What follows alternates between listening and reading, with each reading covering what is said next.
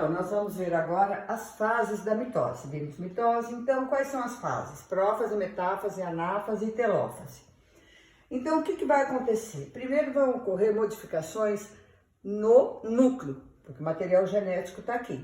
Então, a carioteca ou envoltório nuclear ou membrana nuclear, mesma coisa, ela começa a se desintegrar.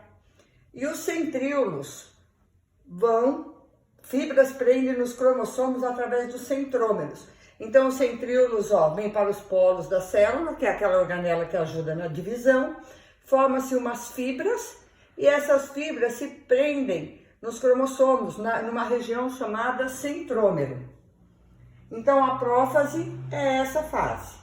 Agora, o que ocorre na metáfase? A metáfase é uma etapa rápida. Os cromossomos condensados ficam mais visíveis, mais fácil de enxergar, eles são mais grossos, mais condensados. E eles ficam no equador, no centro da célula. Então é uma fase ótima para a gente fazer o cariótipo. O que é cariótipo? É quando você vai visualizar melhor, né? Porque ele está mais visível. Então você vai conseguir ver o quê? Quantidade, o número, o formato, para ver se não tem alguma alteração genética no indivíduo. Né? Uma provável síndrome de Down se tiver um cromossomo a mais. Agora, a próxima fase é a anáfase.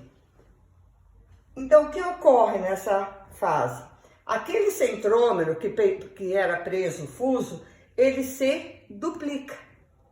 Conforme ele se duplica, ele, separa, libera aqui as cromátides. Conforme essas cromátides irmãs, ou cromossomos, né, que vai formar os cromossomos filhos, elas vão sendo puxadas. Essa fibra, esses fios do fuso começam a se encurtar. Conforme eles vão se encurtando, eles vão puxando os cromossomos para os polos da célula. Agora, a telófase é a última fase. O que acontece na telófase? A carioteca é reconstituída. Então, lembra que lá na prófase ela se desmanchou para poder o material genético ir para os polos da célula?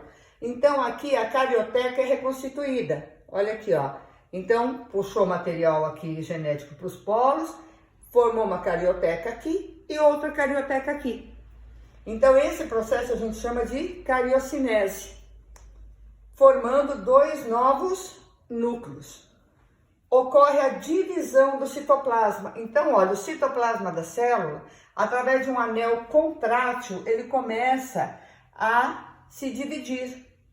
Então, ele vai se dividindo, que a gente chama de citocinese, através desse anel contrátil, de proteína, actina e miosina, são as proteínas desse anel contrátil.